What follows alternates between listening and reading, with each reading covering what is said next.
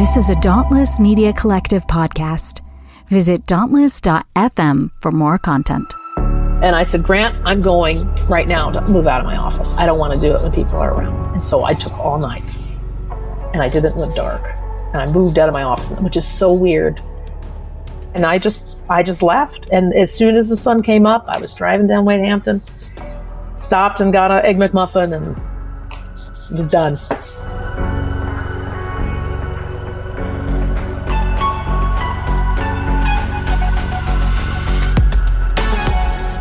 Hi, I'm Nate.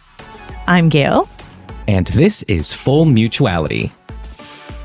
Today on the show, we have actually a guest that I'm very excited to talk to. Me too. And I know we say that a lot. We say we're excited about our guests, but we always are. Today, our guest when you pick your own guests, you're deliberate about it, right? Like, it's so true. You know, people write us all the time and are like, "Hey, can you take this book author on your show?" And we get a lot of those. Sometimes they're AI, sometimes they're real people, but we're still, we're. It's fun when you run it because you think through who are the people you want to have a discussion with, like who are the actual people you would enjoy sitting down and having a conversation with. And I know that when I've heard you discuss topics we'll probably get into today, I've been like, oh, when Nate says, I messaged her, I'm like, you don't have to run that by me. I'm thrilled. So all of you who are waiting to hear who we're talking to today, our guest today is Dr. Camille Lewis, who teaches at Furman University, though you're currently on sabbatical right now. I do have to say real quick, I have been waiting for an opportunity to talk to you, and I wouldn't say opportunity presented itself because I could have reached out to you at any time over the last 15 years and said, hey, let's talk, even though I haven't had a podcast for the last 15 years. But I know I've been in touch with you a little bit, and your husband, who was an old teacher of mine.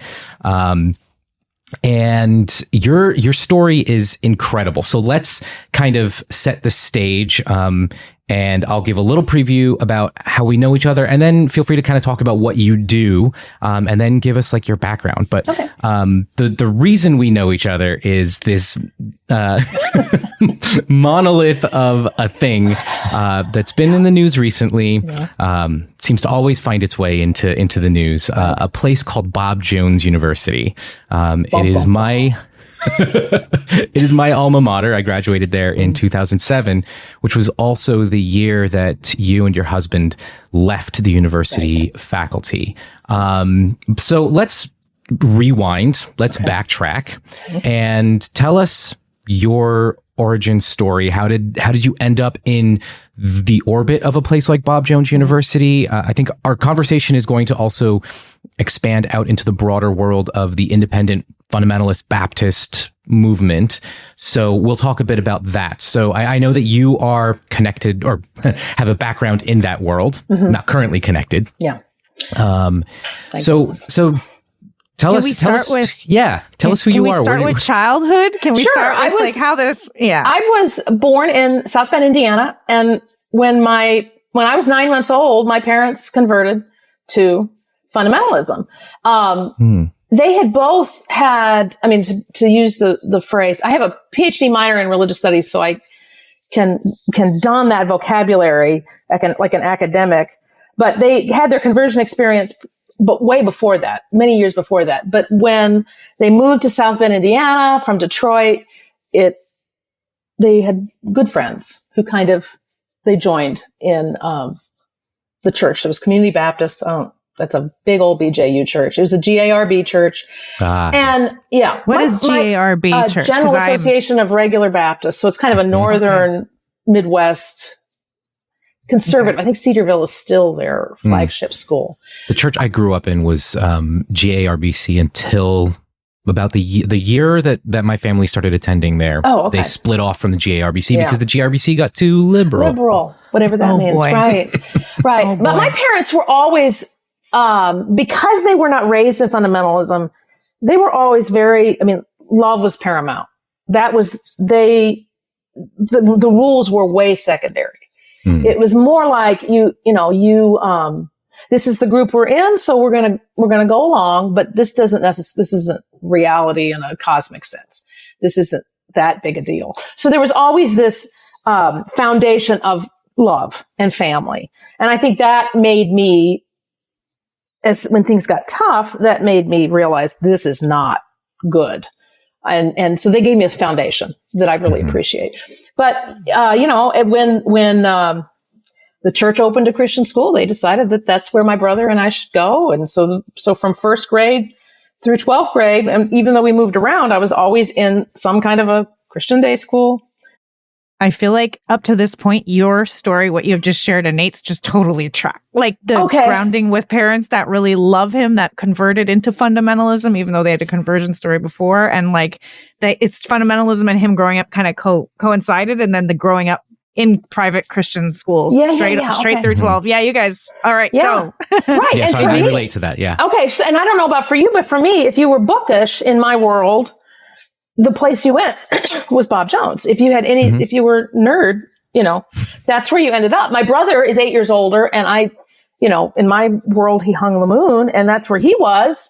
So I was like, well, that's where I'm going to go. So, it just kind of made, he, bless him, he's got a PhD in rhetoric too. So it makes, there's a reason I did that, and it was partially talent and gifting, but it was also, Steve did it, so I should do it too. It makes for fun family dinners. You guys must have some great debates going down.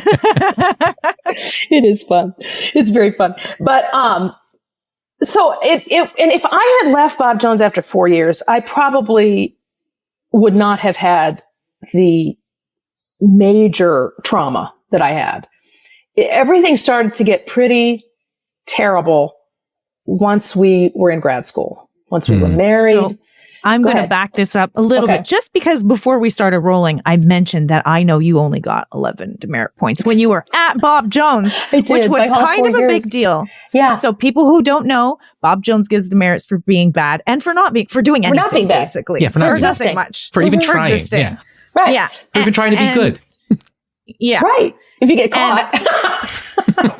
And you float under their radar as a student, and it was fine. You were not, opposing anything or really out there, and they didn't notice anything. I kind of disappeared, really. The two reasons I got demerits were I didn't answer a call slip from the costume room. And what that was is a call slip was a little green note that you'd get from an office on campus that said, come see us. And I forgot. And so that was 10.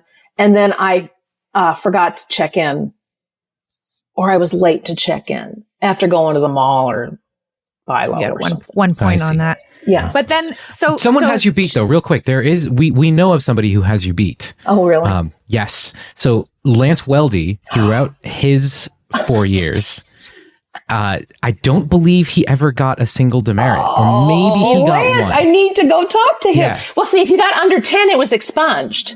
That's right. So that's right. I got, I would have here and there some, but they all got expunged. So the only that's on my record's 11 because of that one failure to check in. I'll have to go back through the archives of our podcast when we had him. I need to listen to his. Lance was on, for those who are listening into this one who haven't gone back in our archives, Lance was on talking about the book he wrote called BJU and Me. Oh, yeah. And that's a fantastic archive of just being queer at Bob Jones. Book. Mm-hmm. It's a fantastic book. That book. Yeah.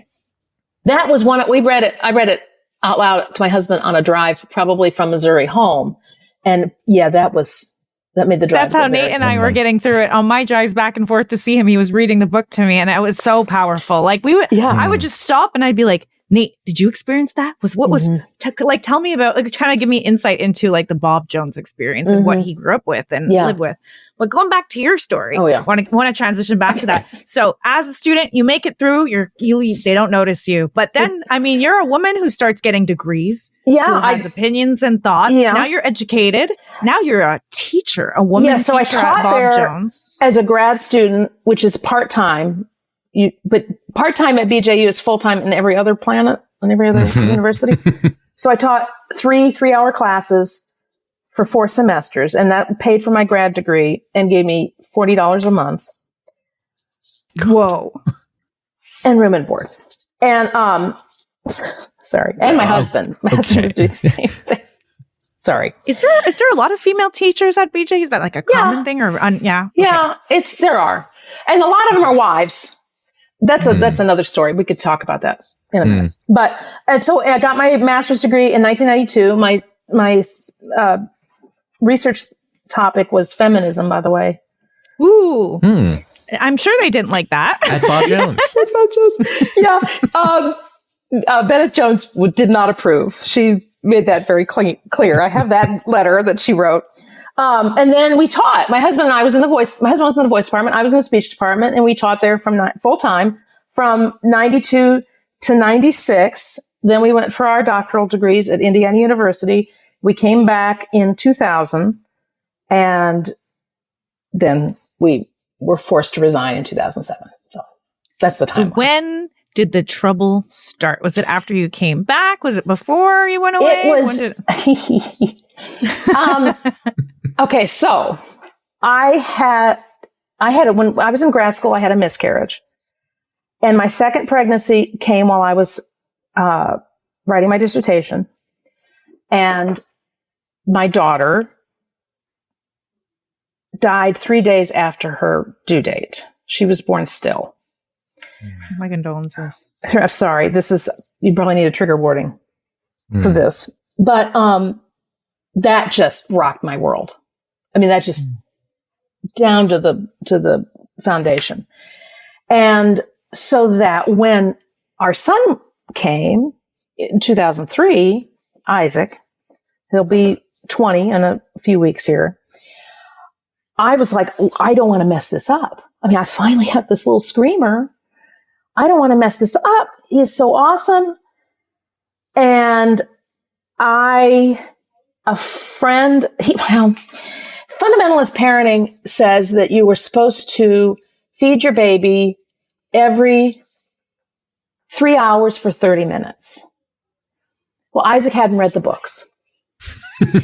And it was very important for me to nurse him because with Elise, my daughter, I had never felt more useless when my milk came in and she wasn't there. I felt, utterly useless. So in order for my own healing, I needed to nurse him. But he wasn't listening to what the fundamentalist said he should do. So I honestly, he was 6 weeks old. I threw out those books and I thought, I'm just going to do whatever he does, whatever he wants me to do. And so that meant that he ate every 2 hours for an hour. And if you met Isaac now, this would make total sense because there's two things he loves. He loves being cozy and he loves carbohydrates. So that makes perfect sense. And so I was sitting a lot, and a friend of mine, an older mom, said, why don't you read every verse in the Bible that mentions breastfeeding, since you're sitting there? And I saw a whole new picture of God. I saw that God does not keep us at arm's length. The verse was, can a nursing mother forget her child? So I can't forget you. So God is a nursing mother. And I was like, I couldn't forget Isaac. I chemically could not forget him. And I thought, God loves me like I love Isaac. And then I looked at my students and realized God loves my students like I love Isaac. And that's when the trouble started. It's funny because as you're mentioning just that relationship with your son and loving him and how you can't not love him and be with every cell of your being practically, right? Like it's a chemical thing. Yeah. And how God loves us that way. And that whole imagery, what popped in my head is actually Nate getting in trouble for using Michael W. Smith's song Above All at Bob Jones. He got demerits for God thought of me above all. That's a heresy. Yeah. It was a heresy. That blew my mind when you told that story at the other podcast. I was like, yeah, oh my word. Of course that's radical for these people. But that's exactly it. They don't, that's too much. Yeah. They see God as a boss, as a manager. Then there's a transaction. Yes. They don't see God as a parent, as a loving parent. it just blows their mind. As a mother on top of, I mean, if it's going to be a parent, it's got to be a dad, an authoritarian, cold, crack down on you, spare it the rod, spoil it the child, blah, blah. Not a mother. Breastfeeding mother. That is ever present practically. Right. Oh, bless him. So the disconnect is, I mean, from your own perspective, it's happening in your own mind as your eyes are kind of being open to a new way of approaching and seeing the divine. And so I'm sure that's developing the discomfort within you. Was there also some external disconnect as well? Was your new perspective, was that starting to come out of you? Yeah. Oh yeah. In class. I mean, there was a board member's son who was depressed. And it was the same old thing that all of us were wrestling with when we were there. It was in that sense very typical, except that he was a board member's son. And I had a stack of books on my desk by Jeff Van Vonderen called Tired of Trying to Measure Up. I bought a dozen of them and I was giving them away.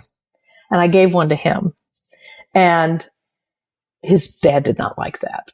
Oh, I mean, I feel like fundamentalism is like you should always be striving to measure up. That should be your life goal. How can you tell someone to take it easy on that kind of a thing? Yeah, well, how dare you? And so that went to Darren Lawson. And at the same time that happened, that's when I had got the memo. Isaac was 2.5, and the campus daycare said that it was called a CDC. That I was to sign over legal permission for him to get spanked, and I was not going to do that.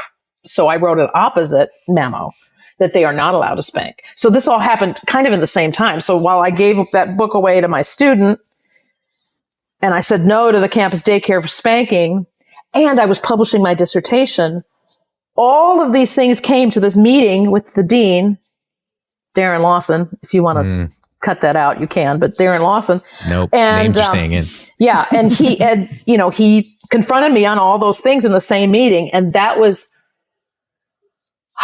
the October 16th. I'll never forget it. 2006. It was this terrible day.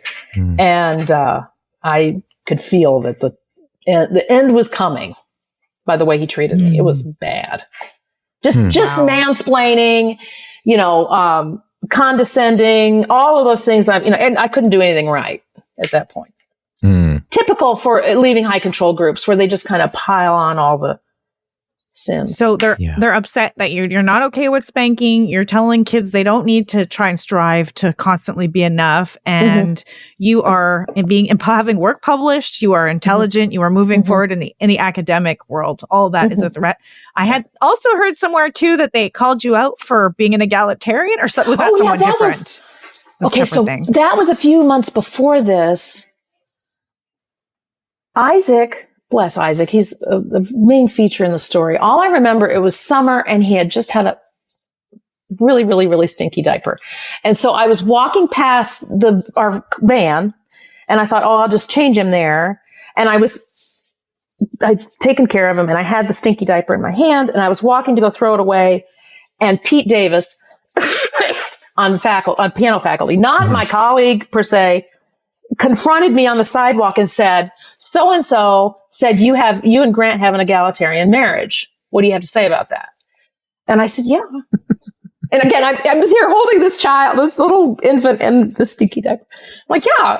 Well, that you can't, and he just kind of stammered. He didn't really say anything. And eventually it came up that he, arranged for a meeting with my authority, which was my chairman, DeWitt Jones, and Pete and Grant and me. And the whole meeting was, I still don't, Grant might remember more than I do. I still don't know what we were meeting about. So we have an egalitarian marriage. And I still don't understand. We still have. For those outside this circle and don't know that term, it just means having an equal relationship. Right. For men and women, no one's ruling over the other. That's and we both make the decisions together. And if one of us hates an idea, we don't do it. Yeah.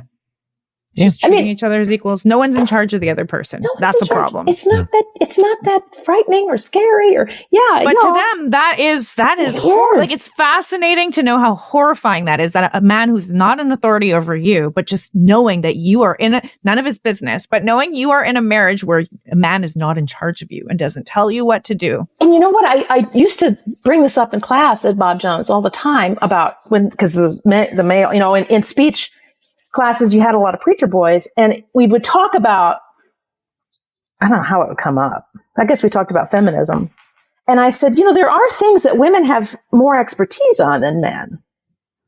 No, that's impossible. Right. I said, for men instance, know everything about everything. If there's a decision to be made, and I would say this about breastfeeding, my husband's not going to be making that decision.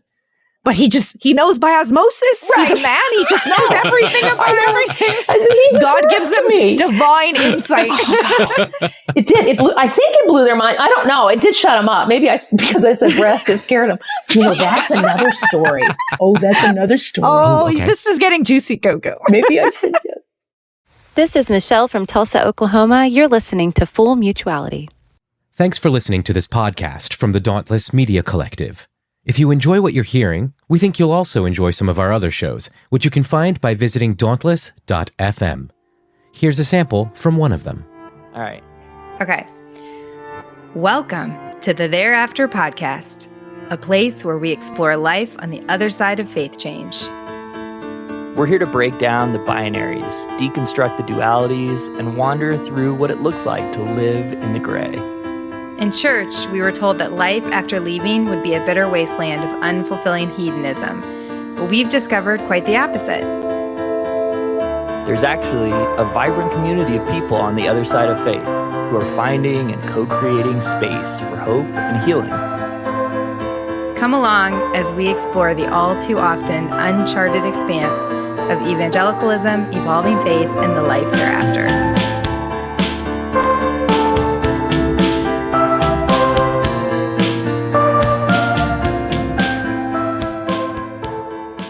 Well, saying the word breast triggered a memory. Yeah. You're not supposed to say these kinds of words among fundamentalists.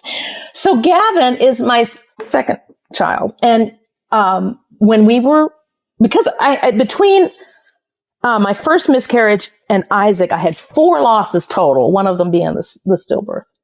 So that when we were getting ready we wanted to have a second child, it's a lot of nerves and I was scared. So I put a post up on my blog that said, it was called Pencils Are All Sharpened. And it was a prayer. I said, I've got the book ready. Siblings Without Rivalry was the name of the book. And I have another book ready, which was called Adventures in Tandem Nursing. So that there's not a rivalry for mom's attention. It was to nurse both a toddler and an infant. Well, I just posted a link to the book on Amazon, and the cover of the book is a little cartoon mommy with a superhero cape on, and she's flying through the air. There are no boobies on top of on the cover. Okay. It's all modest. You can delete that word if that's too much. There are none. But some young man saw my prayer in January of 2006, clicked on Adventures in Tandem Nursing, and somehow, according to Darren Lawson, stumbled into pornography. Oh, you did it by talking about nursing. The slippery slope from a woman nursing to a man in pornography. It's amazing to me how sexualized women are in that. Yeah. My God. I'm looking at the cover right now. And he got DAPC'd and he lost his student leadership position. And I don't think he'd listen to this, but I know who he is. Wow. It's so amazing how they'll blame women for anything a man literally thinks in his own head because a woman's problem. It's dehumanizing of everybody involved. Yeah. It's dehumanizing of women because it makes women objects. Right. and it's dehumanizing of men because it takes they can't control away themselves. It takes away their ability, their autonomy, their ability to think and control their thought processes. Yeah, all of it is absolutely dehumanizing. correct. They like to talk about how we are so distinct from animals. Yeah. And yet that's a good point. we can't seem to rise above our animalistic behavior.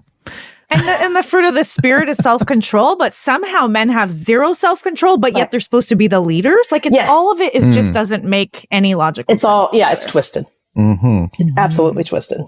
So I'm looking at the cover of this book right now. It is The Adventures in Tandem Nursing. Oh, okay. It is. Nate's trying to imagine how he built that in porn. He's like, let me see this. Oh no. It is. You can't try. No. No. It's like a pencil art, clearly done by a talented artist, however, done in the style. Yeah, essentially to mimic what like maybe a 7-year-old or a 10-year-old might draw. Mm-hmm.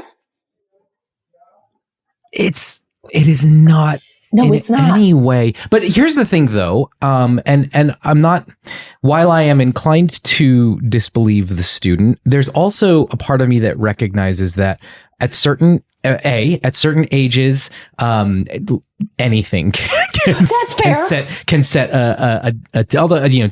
this was probably a young adult, not a teenager, but still, puberty don't hits at different points. The fact that you're hormonal, what I mean? Like, well, that's true. But that's also, absolutely true. Yes. I mean, yes. Yeah. You're thinking of sex a lot at that age. It's normal. It's developmentally normal that anything could turn you on. I'm going to plug my computer in. Keep talking. Yeah. And also, the other to your point, where I was going with that as well is when so many things are completely and totally off limits, the most innocuous thing can potentially set us off. Right. Like in a cartoon. Yeah, like a cartoon. When we don't have a framework for any kind of healthy sexuality, anything and everything becomes a potential outlet for sexual expression. Absolutely. Well, it's just so interesting the number of like conservative men who end up on Ashley Madison. Like, it's interesting how disproportionately represented the people who rail against porn are in the most, just, it's not even about the porn. It becomes about infidelity. It becomes about the most dishonest kind of betrayal stuff that you could come up with. And it's like, this clamp down on anything sexual and like turn everything into shame really ends up distorting dudes who are and lest we sound like we are vilifying pornography. I mean, look, there's Ashley Madison is not. No, that's exactly. not what that is. And that was the point I was going to make. Ashley Madison is not a porn website. It is how to cheat on your spouse. Find someone to cheat on your spouse with. Like that's what that is. So that was a little side tangent. a little detour. It was a detour. I think, but it's relevant to help kind of set the stage for the type of environments that fundamentalism and by extension evangelicalism at large can create. And the lack of mutuality in all of that, it fits. Oh, absolutely, absolutely, yeah. I find. Sorry, go ahead, Gail. Go ahead. No, you go ahead, Nate. Oh, I was just going to say, I found myself in similar environments even after evangelicalism, even after fundamentalism, working for an evangelical church. Right. And one of the news items that's sort of like been in the headlines a little bit recently is our new Speaker of the House, Mike Johnson. And the fact that he has Covenant Eyes installed on all of his. We had a whole conversation, Nate and I, about Covenant Eyes. Because that's a big thing inside evangelicalism. Yeah. It's the same software that my old church used for all of our staff, and we had our accountability partners. Another detour, but how absolutely bizarre and unhealthy to make your son responsible, your teenage son responsible for your internet porn use. That is, or even vice versa. Like, just that whole or even the other way around. Yeah. What that as a parent, I would not want to know I would not want that kind of involvement. I would say, you know what? Talk to your sex ed teacher. Right. Just the amount of control and inappropriate crossing over of lines around this topic that ends up with such a thing inside evangelicalism, inside fundamentalism, even more. I mean, inside fundamentalism, I'm thinking like the spy culture, like the fact that somebody was looking at your blog and scanning for any, like, was this a thing where people like just constantly following everything you put up to come with you? Well, that's part of how I got into trouble when I was at the university. Somebody, your matrix, you had listed the matrix. Somebody was looking at my my MySpace page. Back in the day. Wow. And Dalton claimed that it was somebody outside the university concerned about my spiritual well-being. No one does That's that bullshit. except them. No. Even my fundamentalist church, they wouldn't know. My fundamentalist pastor growing up wouldn't know what MySpace was. No, that summer we left, someone who was working for the Dean of Women's office told me, she didn't know I was in trouble, or anything, she said flat out, she said, my job is to look at everybody's MySpace and social media. She didn't use social media, but whatever, their blogs to make sure nothing's going on. That was her job. She was a detective. She's what she called herself. That's something I feel like that might be a distinctive, like when I try, like between evangelicalism and fundamentalism, there's a lot in common, but like some little distinctives for me is the level at which they monitor you inside a fundamentalist culture, and where like you're accountable for every single thing. Like they just scan through everything you say and do to find something, to try and get you on something. Something you're doing is wrong. Let me see if I can figure it out. It's like that list that Rachel got from Ross and Friends of everything that was wrong with her. Yeah. That's what it feels like. Like, why are you doing that? That's a creepy thing. Yeah.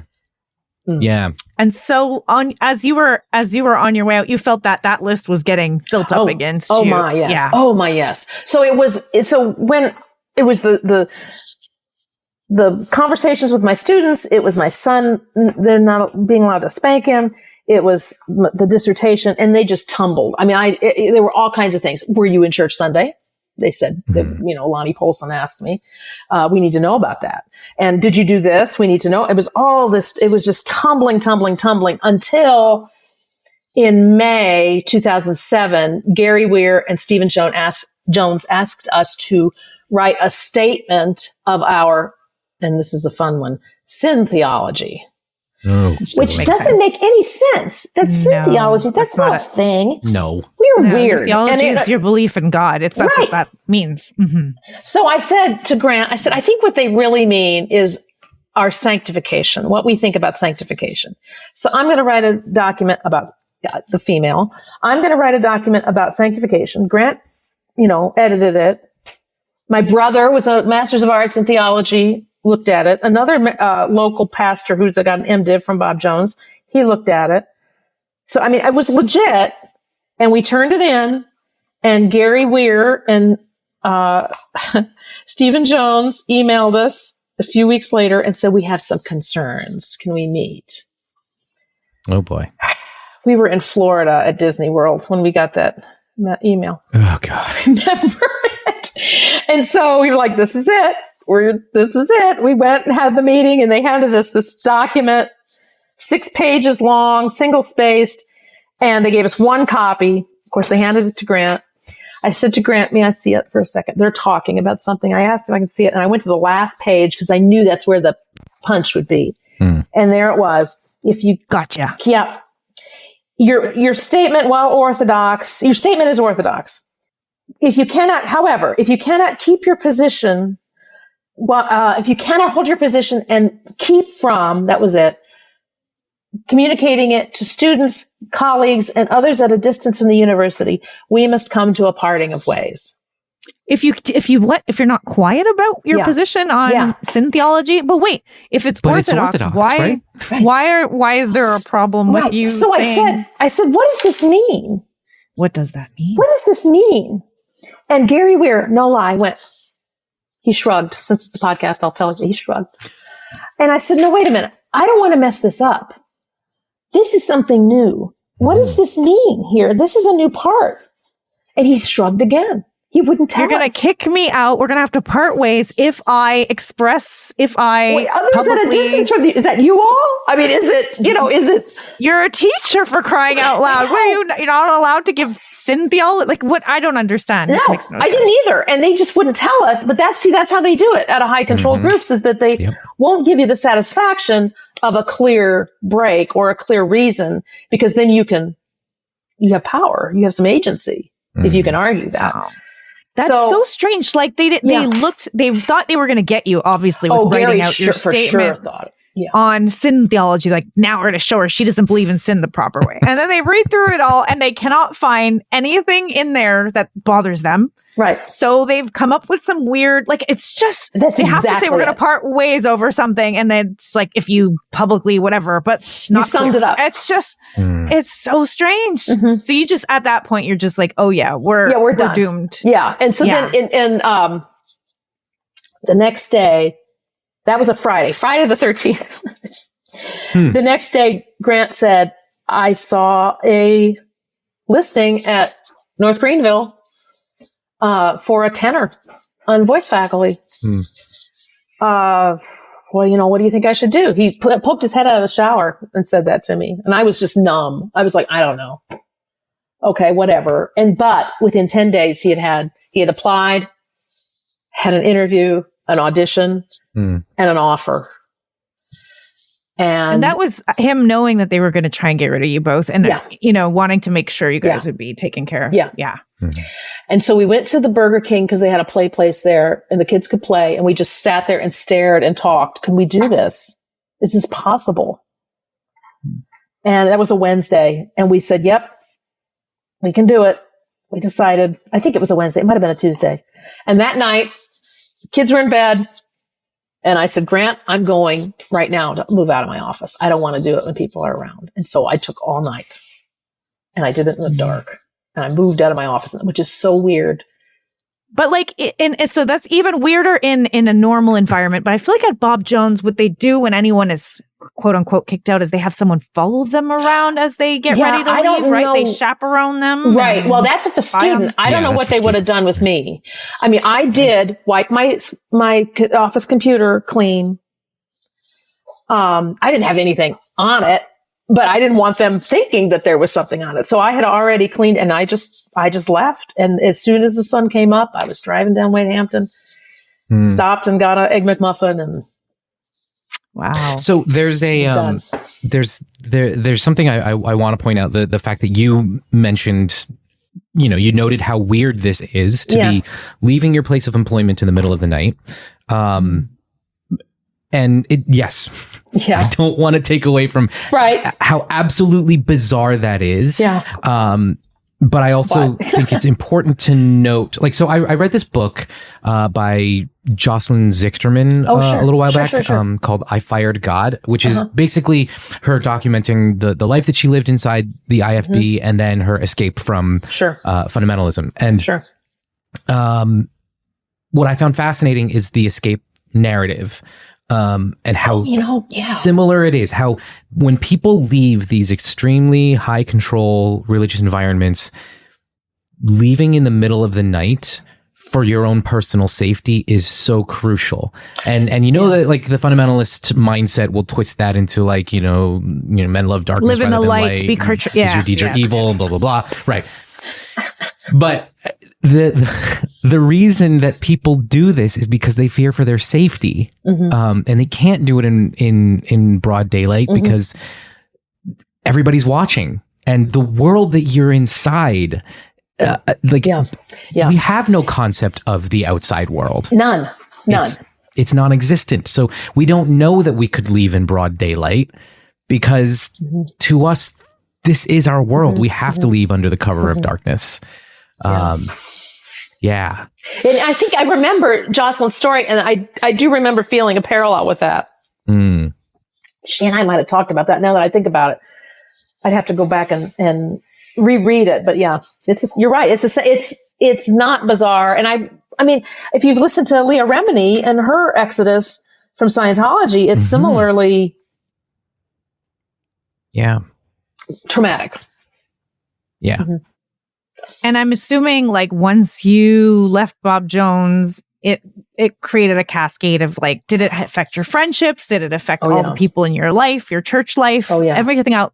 I mean, I'm assuming once you're in fundamentalism, it's kind of all tied in together pretty tightly. As soon as we decided, and I left my office, we first wrote our students, then we wrote our colleagues, and then we sent the letter of resignation to the administration. And of course, that was all strategic.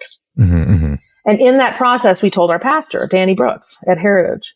Oh, okay. And at first, Danny was very supportive. He even said, they changed the contract on you when they added that line, others at a university, away from the university. That's adding to your contract. You were right to leave. That was in August, but by October, he had changed his tune. And he wrote us this very long email with lots of Bible verses about how we were wrong. And I think somebody got to him. You don't change 180 on somebody and then write them a long thing about it. With Bible verses. He had to prove something. I don't know what it was, but there was something he had to prove. So we were looking forward to being free. Just being us. Yeah. And we were looking forward to getting involved in church. I volunteered for a Sunday school class. And then in that email, he basically said to Grant, you can't sing anymore in church because people, when they look at you, all they're going to see is you're leaving Bob Jones. And we were like, what? Do you know if this church had connections to Bob Jones? Yes, it's in their constitution. It's in their constitution. I remember attending. Attending Heritage too. That was one of the churches that I liked to go to because it wasn't Mount Minnick.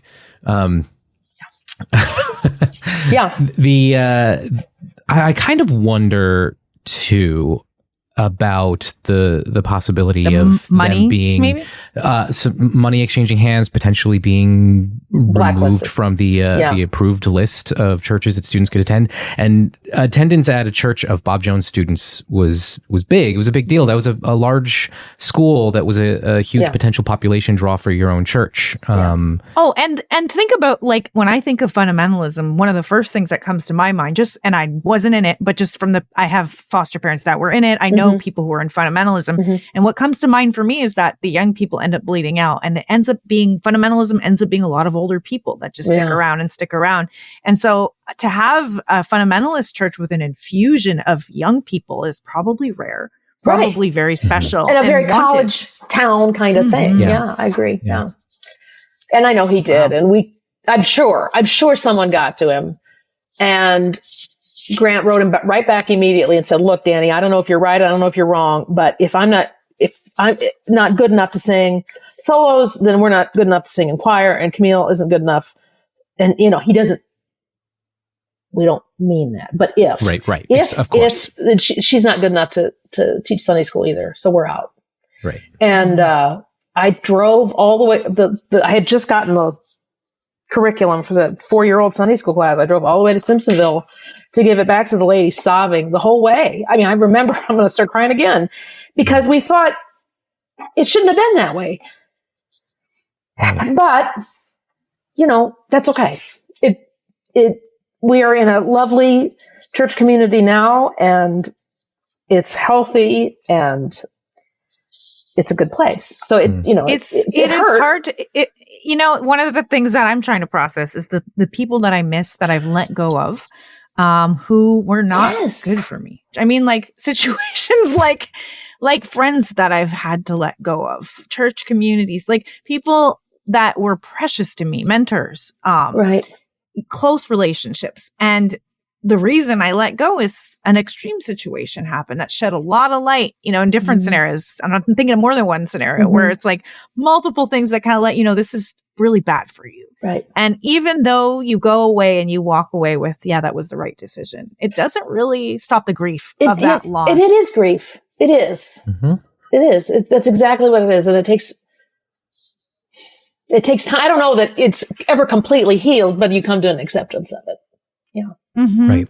And I think, I guess I'm bringing that up because if there's people, listening in who've left communities, left toxic environments, I guess us having a conversation with my daughter the other night and talking about the loss of friendship and then giving her a speech about how, if you're close friends with someone for a long time and you have to let go of that, be patient with yourself if it takes a long time to get over the sadness of it. And then I was like, I think I'm talking to myself. When you say something and you're like, self-reflection is a good thing, I guess. I'm like thankful that I'm able to see it, right away as I'm speaking it and be like, oh, yeah, I need to hear this message for myself. But I think, there's a part of you that goes, well, intellectually, I know that this wasn't good. So then I should just catch up, and be over it. But like, if things still make you sad, if things, even as you're repeating them years and years later, you thought I was tearing up just thinking about it. That's okay. That's totally fine. That's a healing normal.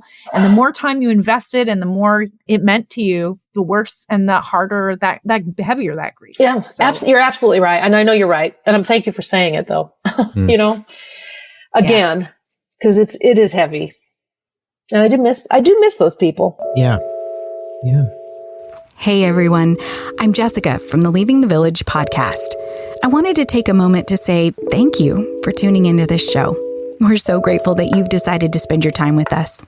Seriously, Dan, Gail, Kathleen, Nate, Scott, and the rest of us here at the Dauntless Media Collective couldn't produce content like the show you're listening to without your support. I'd also like to invite you even further into the conversation. Right now, there are some great discussions happening over in the Dauntless Media Collective Discord server. If you're interested in chatting with other folks who are deconstructing and decolonizing the oppressive traditions they came from, please feel free to hop onto the server. If you don't know what Discord is, it's a place where communities can gather online for chatting on a wide variety of topics. In our Discord server, we have channels devoted to general deconstruction conversations, some meme sharing, therapeutic venting about whatever religious bullshit you're currently dealing with, and even a channel specifically devoted to talking about the latest episode of the podcast you're listening to right now. I hope you'll join us. You can log in directly to the Dauntless server by clicking on the link in the show notes or heading to dauntless.fm and clicking on the link in the top banner. See you there. Yeah, there's a lot of loss that comes with leaving an environment. I don't want to pivot too much because I think it's good to sit in our thoughts about grief, but I'll let people take that as they will with their scenario. But I'm wondering, I want to focus on something about your story that I guess for me, I love so it. If you do need to take a moment, press pause. Okay. Yeah. And then come back. That's right. There we go. There we go. So now here we are. on an upbeat note. And I don't like doing that at the I guess because some people try and bypass the yucky feelings, just by moving on to something happier. And I don't want to do that. But since we're a podcast, like Nate said, you can pause, think through, and then come back. But I was I'm encouraged by your story, knowing your husband and you as a team went through this together, have gone through a journey as a couple. Do you have any thoughts on that? You're in an egalitarian marriage. It should be a bad marriage. This is not God's design for you, Dr. Camille. What were you thinking? It's funny because Grant, we used to have a Westie, a dog. I don't know if you've ever seen a Westie. Who, a terrier who was fearless. That dog had, and it's a Scottish breed, and Grant is, got Welsh and German heritage, and he's the same way. That man is fearless. And if somebody is coming after me, he is a total watchdog about it. And it's a wonderful feeling. It's a wonderful feeling. So that when, if it's Darren Lawson, if it's Did men try and tell him to put his wife in order? Did he get those? Oh, yes, all over the place. Oh, gosh, yeah. There's a guy up in North Carolina that didn't like something I said, and he, oh, gosh, that happens all the time. What am I saying? It still happens. I'm saying this out loud because it's funny. It's funny when a man goes to another man and says, "You need to put your wife in order." And I'm just like, what will say? If you have an issue, you can talk to her about it. She's right there, or whatever. Yeah. But he's got a list on his phone right now and notes that if someone, because of this, you mentioned the book that I have coming up, and I have a book that's being reviewed by a university press. He is loaded for bear if someone comes after me for that book. I mean, and I think he's got about a dozen points, and it's lovely to look at. So he's got my back. So that's nice. I relate to your husband. That's a lot of my personality as well. The mama bear, sort of like protective of my people. Yeah. Wow. Yeah. That and like, how beautiful is that? I mean, I'm just thinking, when you lose everything around you, your community, you know, you guys left together. Yeah. You guys have that Bob Jones experience you can talk about together. Remember that? Right. Yeah. Right. We went through that together. Even to the point now, I don't know about you, Nate, but Grant and I have a hard time because of the BJU arriving late or arriving just on time for something. We're always early. Which is really embarrassing with parties or something. So we'll sit in the car and wait, and we're sitting there saying, "Yep, this is where we are," you know. So those were after leaving Bob Jones, after leaving the fundamentalist world. I worked really hard on this. There are still certain facets of my life that I feel it creeping in. Yeah, but I make mental notes like, showing up 15 minutes late to a party is a good thing. That's right. It is a good thing. Do that. And I started to take some, context clues from various people that I've learned from. Like, if people are waiting for you to start something, show up early. But if, like, for example, a social gathering, never be the first person to show up at somebody's house, because especially if you don't really know the person, or if they're like, it just gets like, what do you do when you're there early? I tell my colleagues at Furman, I say this often, look, y'all, because if I do something like that, and I say, you can take the girl out of fundamentalism, but I'm sorry, you can't always take the fundamentalism out of the girl. And they're very sweet about it. They just, they giggle and bring me back. Yeah. But you need friends. Everybody needs friends. Yeah. It's hard to let go of some of those some of those habits. So speaking of, you're working on a book, and I don't want you to have to like spill any tea before I can do a little tea is fully brewed. Yeah. Okay. Let's whet our appetites for the kind of tea that we want to check out. It's called Klandamentalism, where race, religion, and hate intersect. And the premise, you can kind of see the premise from the title, really. But Montgomery, Alabama gets credit for being the birthplace of the Confederacy and the birthplace of the Civil Rights Movement, but it's also the birthplace of fundamentalism. And it's really the birthplace of Klandamentalism, because the Ku Klux Klan in the 1920s and fundamentalism were one. And nobody wants to talk about it, but I've got the receipts. Yeah. And the book is a confession, because it's easy if you're white, especially if you're white, heterosexual, cisgendered, middle class, to just ignore all of the hate that's in our background, but it's there and it needs to be exposed. Yeah. So that connection point. So I'm guessing. Did you coin the term Klandamentalism? Okay. And I do find that funny, especially coming from Bob Jones and knowing that we had a dorm building that I lived in. That I placed a request to be moved out of that building. Oh, I remember you said that in the podcast. Yeah, and I had it denied. It wasn't a sufficient reason, of course, because nothing's really a sufficient reason. Non-white person didn't want to be under a Klansman dorm, and that's a problem. Like, Nate, what kind of unreasonable requests are you making? Come on. But does it surprise you? Oh yeah, no. But he was the Grand Dragon. He was the Grand Dragon in Alabama, and I got some stuff on him too. I mean, just that alone, that he would be the name of one of their dorms says quite a bit. I mean, and then there's the Billy Graham / Bob Jones stuff, which, I mean, you have some insight probably on that. So what happened was on Good Friday in 1960, so that would have been April 13th, 1960, in his syndicated column, Billy Graham newspaper column, pleaded with Southern white Protestants to integrate. He said Jim Crow must go, which was the slogan of the Civil Rights Movement. So for him to say that is kind of dramatic. Apparently Eisenhower asked him to do that. Okay. So, and he did, and he made a good case. It's almost tame. When we read it now, it feels very, very tame. Duh. Yeah, like duh is right. But Bob Sr. was very angry about it. And so on Easter morning, he went to his radio station, WMUU, and he preached his segregation scriptural. Did you have to read that, Nate, as a requirement? I did not. Okay. Thankfully. At least I don't recall having to read it. At our age. In 1986 is the first year we had to. Oh, okay. Signed that we read it. Yeah. No, we got the... It's his apologetics for why segregation is good. Right? Pretty much? Yeah. Mm-hmm. It's pretty awful, too. It's really awful. We got to watch the triple sticks going on Larry King Live. You watched that in orientation or something?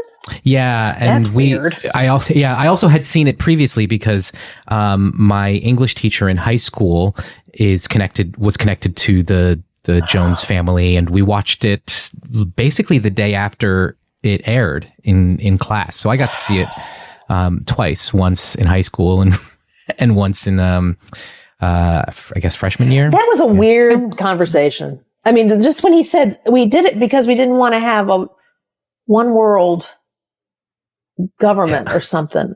That was weird. It was weird. Now I understand it. And now that I've done my Klan research, I understand what he's saying. But at the time I didn't. Well, to me, that also kind of alludes to when you're mentioning the one world government, that alludes to that evangelical fear of the coming end times, the Antichrist setting up his one world government. And if you're unfamiliar with any of this, there's a whole series of books written by Tim LaHaye and Jerry B. Jenkins. Yeah, that's right. Tim LaHaye is a 1950 BJU grad.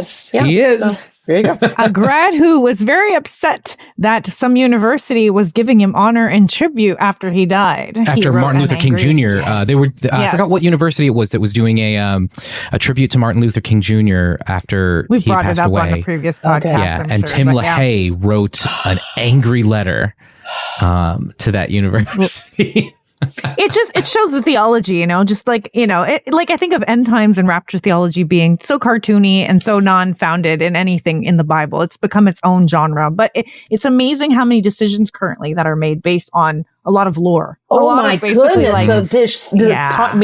Foreign policy.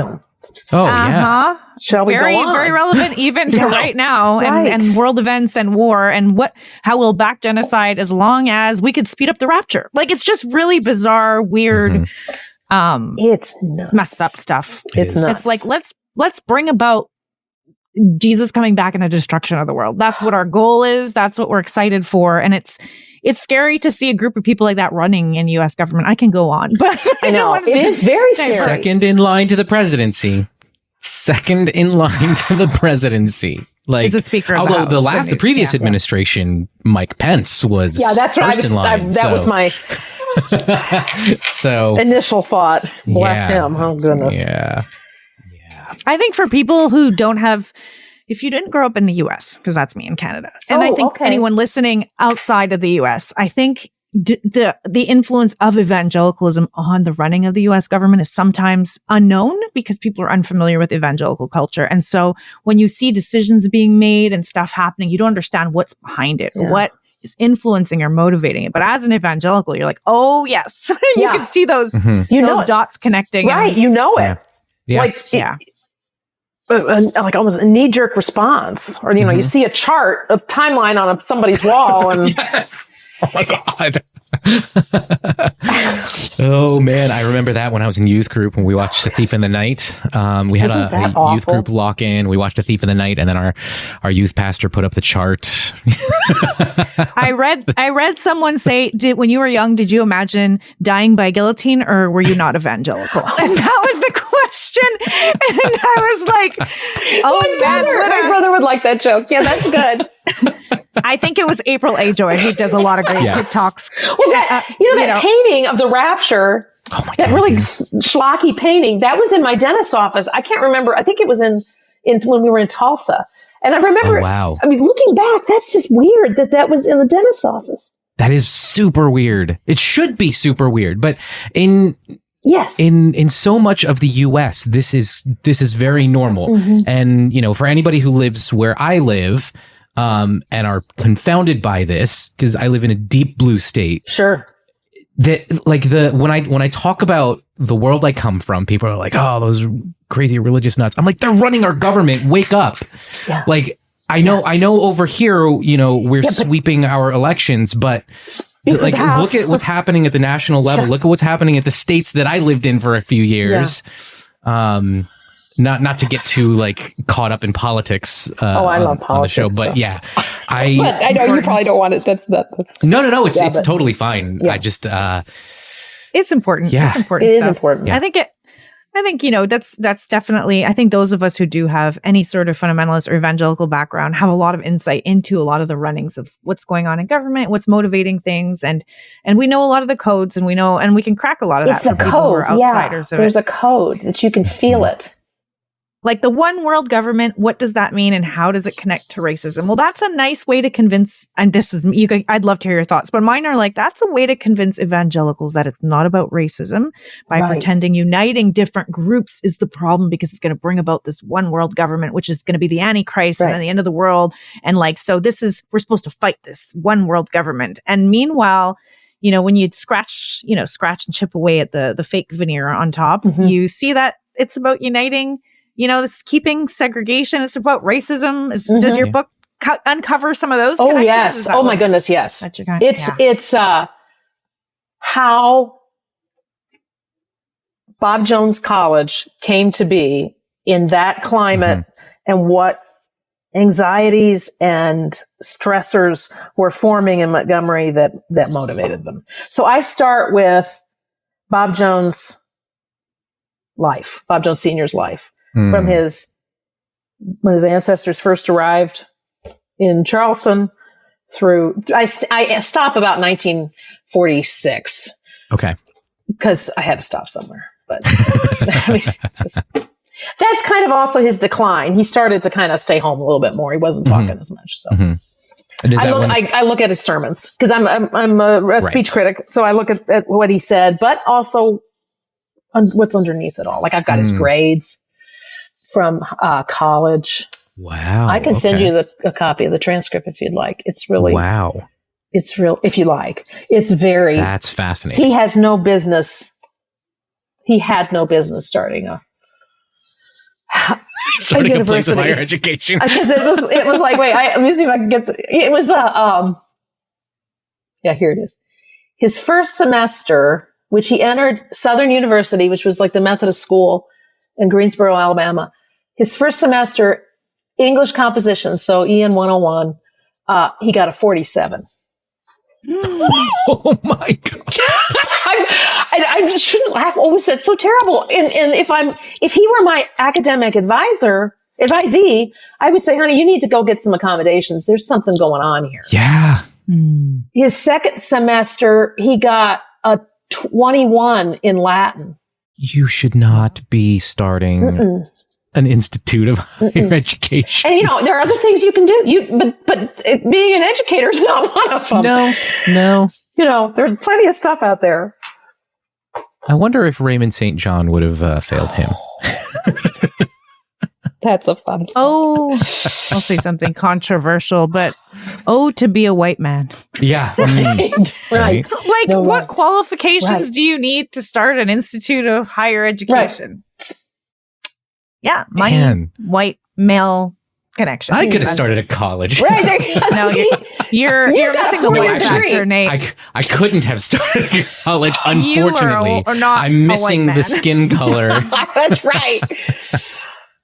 The access to power, basically. Yeah. And to white supremacist approval, basically. Yeah. I mean, because he helped Bibb Graves get elected. So there you go. Yeah. There you go. I'll drink to that.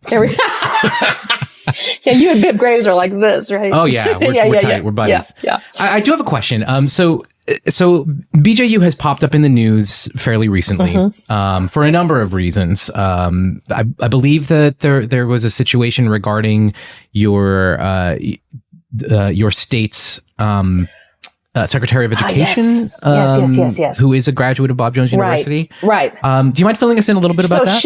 Ellen Weaver, I don't know the year that she graduated. She has an undergrad in a BA in political science, I believe, if I'm remembering. And she worked with the state GOP for a while. And then somebody got the bright idea that she could be the new superintendent of education for the state. Public education. Well, that requires a master's degree. So she got on the fast track and got a master's degree at Bob Jones. She's a faculty kid. So her parents, both are on staff, and they streamlined her, and the whole state's making fun of it. There are memes all over about, would you like a master's degree with that? As they hand some Jesus chicken out the drive-through window. So she has no student teaching time. She's never been in a classroom for any length of time. And that's the highest office in education in the state of South Carolina, correct? Right. My God. And she's already in the process of, I can send you the news article I just saw this week. She's already in the process of banning certain books. Of course she is. And Moms for Liberty are, cheering her on. Of course they are. I mean, so that just makes perfect sense. Right. So there's that bit of news. And Sachs, I was one of the people that wrote Sachs. There were lots of us who wrote the accrediting body. And they said they looked into it and said everything was fine. But I honestly don't know how much muscle the accrediting agency has. But, so it doesn't seem like a whole lot. So that's one bit of news. Yes. We'll link to an article in the show notes. There's also some internal university news. So one of the things that you do as well, in addition to where you were blogging about your own story, and we'll link to that in the show notes as well, but you also continue to curate a blog of information about the university and stuff that's happening in the school right now. Right. So you're still in touch with current students, some current students, some current employees. Okay. Tell me stuff all the time. Because they know Bob Jones, you should be nervous. There are snitches, not just that you create for yourselves, but outside snitches. They know I won't tell their identity. Their names. Right. Yeah. So, and I can mask some of the details in such a way. And I keep it. I keep everything. Yeah. So that's also a problem. But what happened is that a year ago, this week, Steve Pettit let it be known that he may not get his contract renewed. So Steve Pettit is was the president of the university. Yes, this time last year. For many years, right? Or a few years, or how long was it? Or 14? I can't 14 remember. or 15. Yeah. Okay, so like almost 10 years, close to that. And he was very, he's doesn't have a academic degree. He's not a professional academic, but he was an evangelist, and that's what they like. And he was cordial and charming. He was a charming man. In the fundamentalist world, if you could place the fundamentalist spectrum on sort of a left-right internally, he leaned probably a little bit left within the fundamentalist spectrum. Now, to be completely fair, that is far right of far right in the greater world, but that's like a centrist person in the U.S. If you put them in Canada, they'd be a right winger. It's like what a left winger is in the U.S. So contextually, right? So Steve Pettit was like, I guess, friendlier to newer generations, quote unquote. I remember, he was still not in the picture when I was there, but I do remember the Steve Pettit evangelistic team, and I remember him being very endearing to students and younger generations, as opposed to somebody like Bob Jones III. Right. Yeah. Do you guys think that was a move? I'm curious, both of your takes. Do you think that's a move to try and revitalize, keep people attendance from sinking at Bob Jones? Do you think they got someone who was friendly to younger people? I think it was at the beginning. Yeah, I think at the beginning, sure. And I think it may have caused some jealousy. Jealousy from the old guard. Okay, right. That they couldn't attract young people, and he was liked. And he was liked. And then the whole fashion show Yes. controversy happened. Yes. And that made some old guard very upset. And there are other things that made people upset. Whatever. Yeah. It's in a sense, BJU has lost its brand. Yeah. And if you're a stinker fundamentalist, you're just not going to go to Bob Jones. Right. That's generally not where you're going to go. You're going to go probably, if you're a very right-wing cultural conservative, you're going to go to Liberty. Or if you're a hard-nosed fundamentalist, you're going to go to Pensacola or Maranatha, and there's just no brand left for Bob Jones. Is Hyles Anderson still even in existence? I don't think it is. Okay. I didn't even realize Pensacola was still around. I know Clearwater shut down. Did it? Clearwater. Yes, it did. Yeah. Yeah. Clearwater shut down. Clearwater shut down, and the thing up in Lansdale, Northland shut down. Mm-hmm. Northland's basically just a camp at this point, right? They're like They're just back a to being a conference camp. center. Yeah. So you're just not going to go to Bob. They lost their brand, and that's how I see it. And that's why I don't, as nice as Alan Benson might be, and he's even more vanilla than Steve Pettit. He's the new guy, he's right? The new guy taken over from. Yeah. So the story was that this whole controversy surrounding a number of different incidents, including this fashion show. So for some context, if you didn't listen to our episode on this, there was a fashion show. It was a new major program at Bob Jones, fashion design, and they hosted a fashion show, and one of the seniors who was presenting their final project had a wrap coat on display that was, and look, fashion shows are art displays. They are not exactly. They're not clothing. Right. This isn't what you're going to buy at the mall to wear on a day-to-day basis. This is an art piece that a student is showing, and they're showcasing, I guess, the life of Christ through this piece. Was it a Paul Rubens? Paul Rubens. Did you hear what I just did? That I don't know if you might want to delete that. Yeah. Not Pee Wee Herman. Oh, right. Okay. It was an old master's picture of the crucifixion. Maybe you do want to keep that in there. I don't know.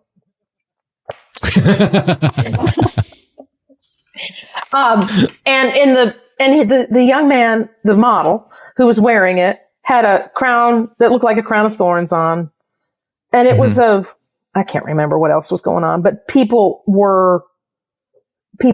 read it as offensive, as feminine. Is that fair? You think that was you know what? I would say it.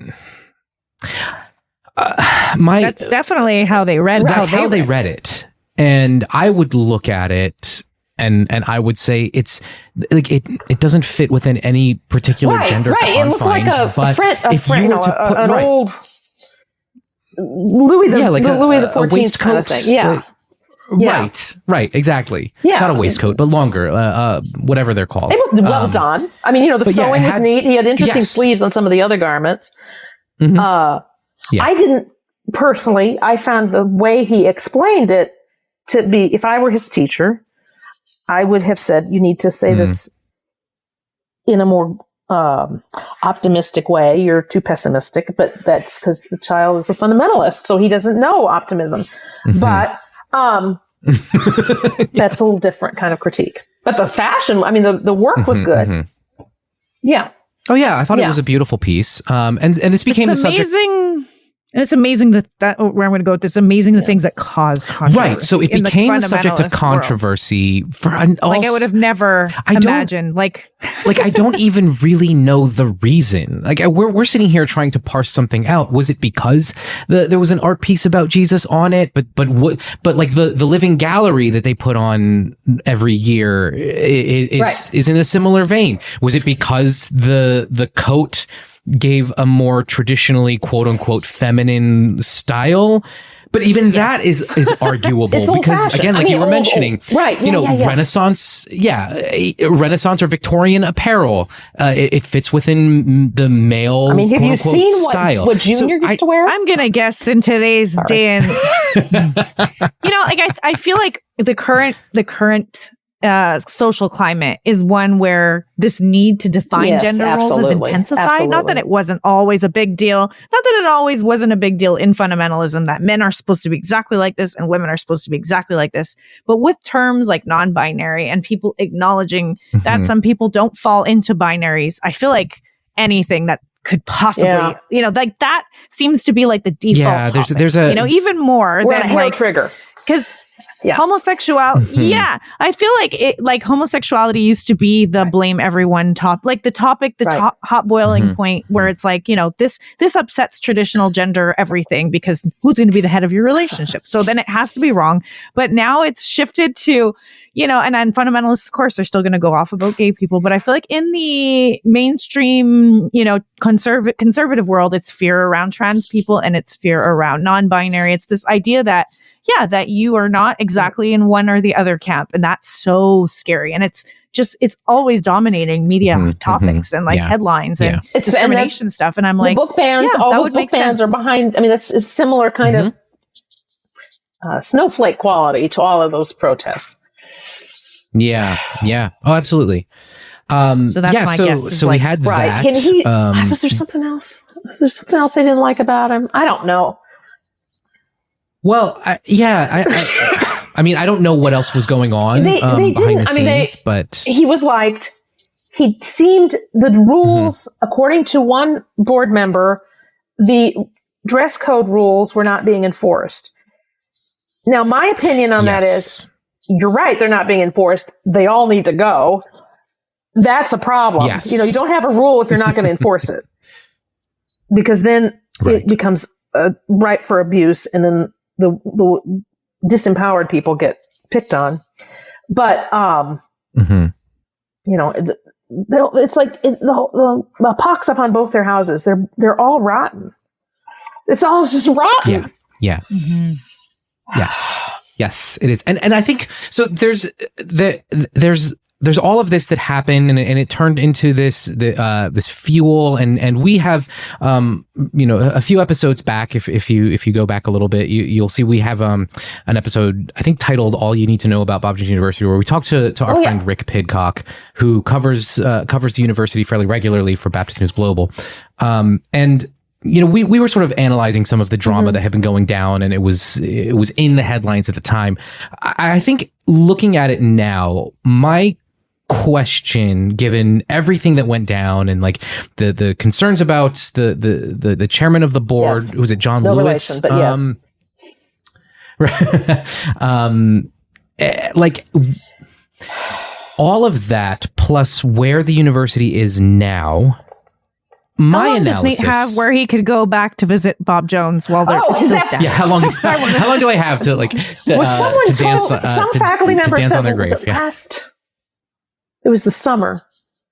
He was giving it a couple years, and he heard that from the finance people. Their finances. Okay. If you look at what I believe it was the Washington Post laid out for how you judge if a school is financially stable, they don't pass muster because they're not getting enough. They're discounting tuition so much to get people to come that it's not sustainable. Yeah, they lose out on. And I do have the numbers on that. So that is a big tell. Again, if you cite what the Washington Post says, look for these things to see if a school is going to make it. And then you get this upheaval in the administration. I just don't know. Yeah.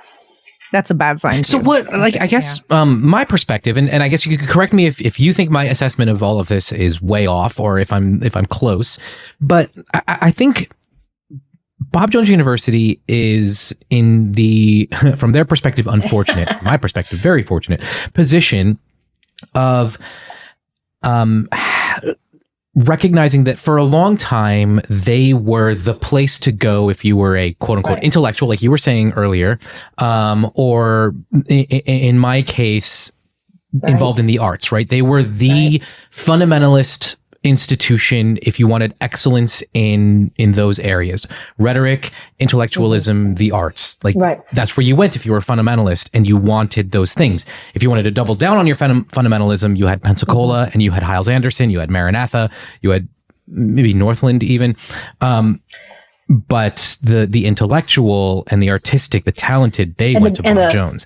The School of Fine Arts is gutted. It's completely gutted. Is it? Oh, yeah. So, oof. And I think that's been because of the management. It's just so you don't go there anymore. That's not where you go. Yeah. So there's nobody really left in fundamentalism, right? Because I can't imagine Hyles. I think I think from what I remember hearing from Gary Weir, and I heard this through channels, their biggest competition is, actually I heard it from the faculty meeting minutes. Their biggest competition is the community colleges. So interesting. And a lot of kids are staying home because, I mean, it's cheaper. Yeah. The tuition at Bob Jones is pretty high. It's pretty expensive. So, it's cheaper to stay home and go to a community college or go to a public college. Mm-hmm. Go to a public college. Yeah. So I think, and I wonder, sorry, I just want to, I interrupted you too. No, you're fine. I guess the position that I think Bob Jones is sort of like stuck in right now is trying to regain the student population, and they can't seem to figure out how to do that. But that seems to be the thing that they're looking at, because they're, at the end of the day, they're a university. If they don't have a student population, they have nothing. But they have all of these investors, these stakeholders that are, I say investors, quote unquote, but in terms of the older alumni, churches, pastors, the elders that have this idea of what Bob Jones University should have been, and they're caught in the middle. If they lean towards, trying to attract students, they lose funding from their donors. If they lean towards their donors, they will not attract students any longer. And so it's doomed. And one of their big donors left the board. Hans Bernard was a big donor. Oh. And he left with John Lewis. So see, he was a huge donor. So, that's. And when it comes to kids too, like I'm thinking, not just even funding, like, okay, it's much more expensive to go to Bob Jones than my community college, but also I don't know how much stories are getting out there about people being kicked out of Bob Jones and what the degree is worth outside of the fundamentalist world. I don't know if students are starting to realize that paper isn't worth anything. And if they decide they want to make an example out of you, and in that culture, they need to do that with a certain amount of kids to keep everyone in line. Your time is wasted and your money is down the drain, and it's going to be so hard to get into another school once you've been expelled. Because normal schools don't expel you for no reason, right? So they don't understand. Well, the reason you got expelled from a university is because it's nuts. No, that's not what they're gonna. It's going to be very hard. It'll like ruin your academic. Yeah, I have a number of friends who were expelled from Bob Jones, and they tried. Like, they're not from South Carolina, and they tried to go to their community college or their state school, and their state school rejected them because they have an expulsion on their record. So why would we, admit a student who was expelled from a university? And that's a hard thing to explain. So they have no choice but to, wait a year and then return to Bob Jones if they're allowed to, right. Or go someplace like, you were mentioning North Greenville University or some school that like is sympathetic to the plight of the Bob Jones castaways, which aren't necessarily great schools in and of themselves either. No, they're not. And I'm just thinking like how much a student might be more aware of this than in the past, of just that idea that they can get kicked out. Those stories might be coming out. I think they are getting repeated and discussed, like in podcasts like this. And I think I do think it helps. There's a lot of expelled or just frustrated students who leave. I mean, I had an email from a student. She's now has graduated from another university, but she was a senior and she was so frustrated that she emailed me asking for help. Like, what do I do? I got to get out of here. I can't take this anymore. And there was, she's a child of alumni. She had all the marks that she should be making it, but it was just too much. over and over and over these stories. I hear these stories from people, and it's just, and you wonder but how does a school like that even try and, like, I'm imagining I'm at Bob Jones, like I am the admin of Bob Jones, and we usually kick out X number of students all the time because that's how we keep this culture of fear going. And that's how we let people know we enforce our rules, and it's important that we're in charge and we're the boss. But then when you have very low enrollment and every student counts, like in my head, I'm like, do they start changing things up? Do they still kick out as many kids? Do they have to relax the rules? Instead of demerits, they now do fines. Oh, they do fines now? Steve Pettit instituted that. Wow. Okay, that's interesting. Isn't it? You can buy your way. No, yeah, but so, I mean, so like, what happens to the lower income students? I know. Well, it shows they're about making money now more than controlling, even, right? Because they're giving the power to the students who have money to stay, right? So that's interesting. Yeah. Yeah. That's just, oh, wow. I'm sorry. It still blows my mind. It just blows my mind. The whole thing. Yeah. It's so obvious that it's a problem. I don't understand how they could. That's it. Don't fundamentalists make fun of the Catholic Church for penance and the idea of paying your way out of things, right? Drop the mic right there. I think this is material worth further investigation, which of course you're doing with your work and your book, which we're really excited for. Do you have any potential timeline? Is it still sort of it's under review, and so it's been edited. I cut it down. It was 150,000 words. Now it's 82,000. So yay me! So I've got a lot of extra stuff too, but so I'm just being patient now. And when I hear something, I'll shout it from the rooftops. When a contract is signed, I will let Quick question related to your book, and one more teaser I want to throw out there. Was there anything you stumbled across as you were doing research for your book that you find really interesting or noteworthy? Or I've got a lot. Pick one little thing to throw out. The most interesting thing is that Bob Jones Sr., and I don't know, Nate, maybe it's just because I was there longer, but I know Bob Jones Sr.'s birthday as well as I know my own dad's. They repeated it so much. I only just spent 4 years there. October 30th, 1883. October 30th, 1883. His next oldest sibling was born 4.5 months before he was. Ooh. What? Uh-huh. Uh-huh. Uh-huh. So all we know is that they didn't, those two people, her name's Exie. Exie Ann is his older sister, 4.5 months older.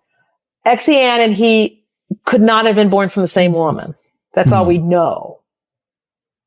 Now he had a sister die right around that time too. So I'm wondering if he's actually she was 18. And, that's pretty obvious that he says that she died right around the time he was born.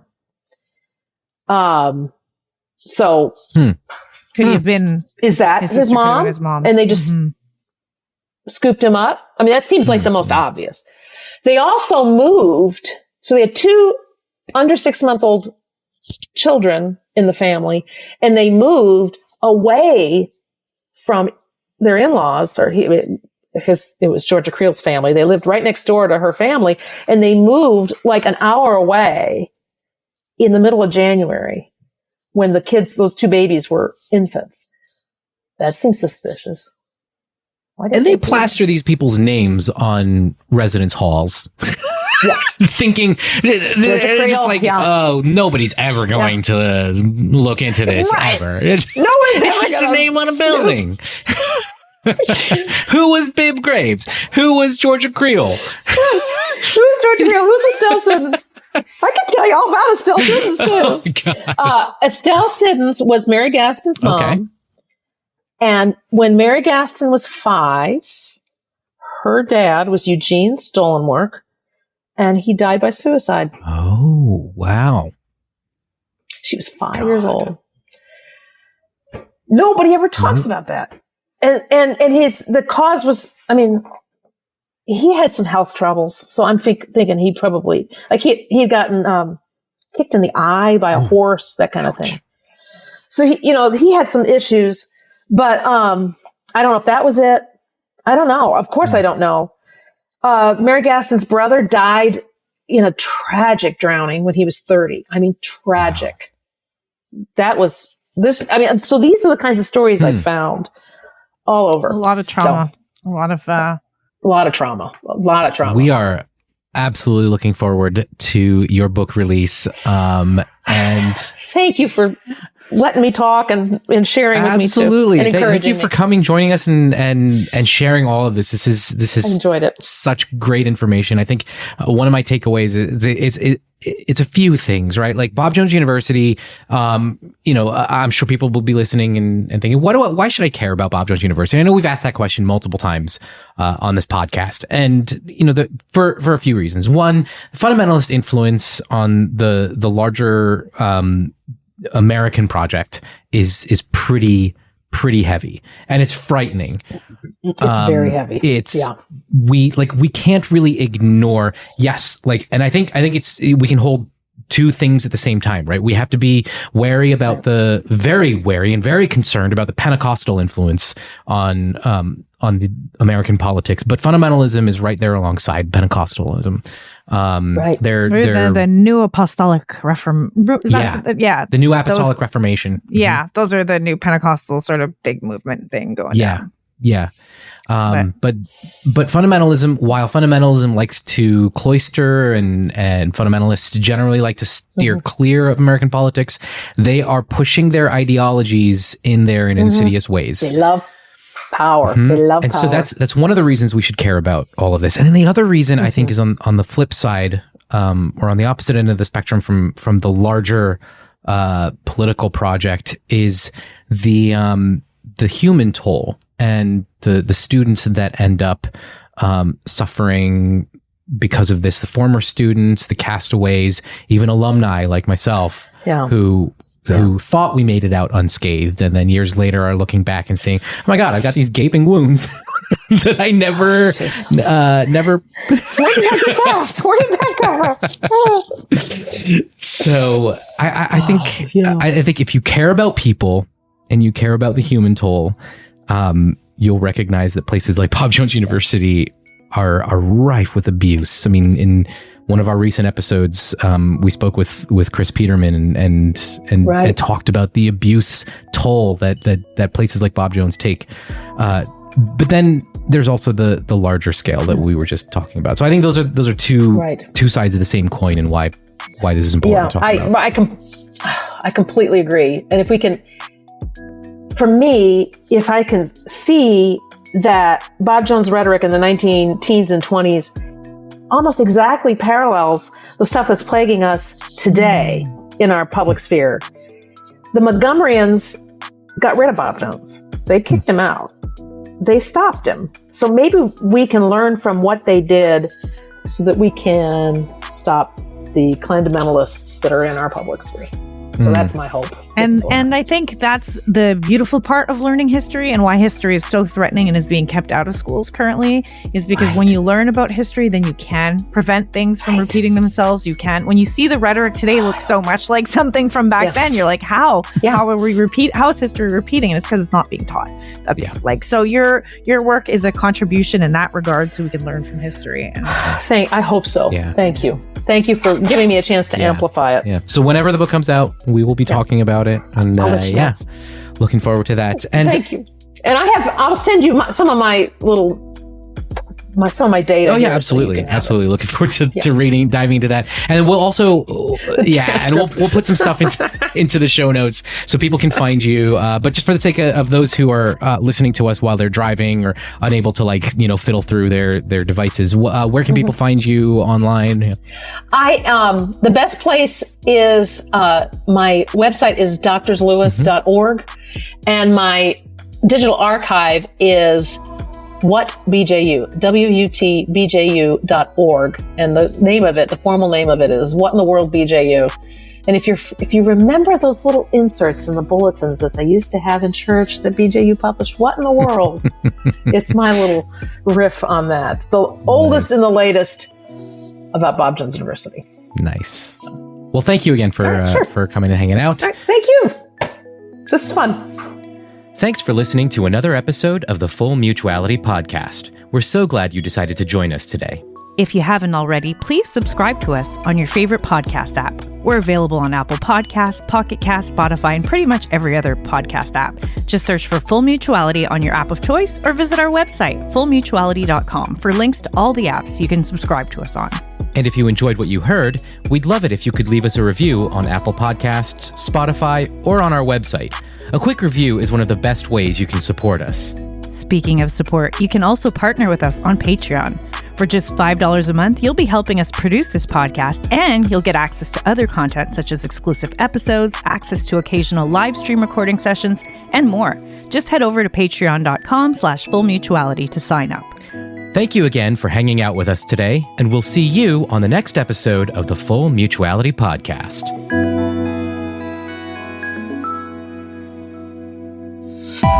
This is a Dauntless Media Collective podcast. Visit dauntless.fm for more content.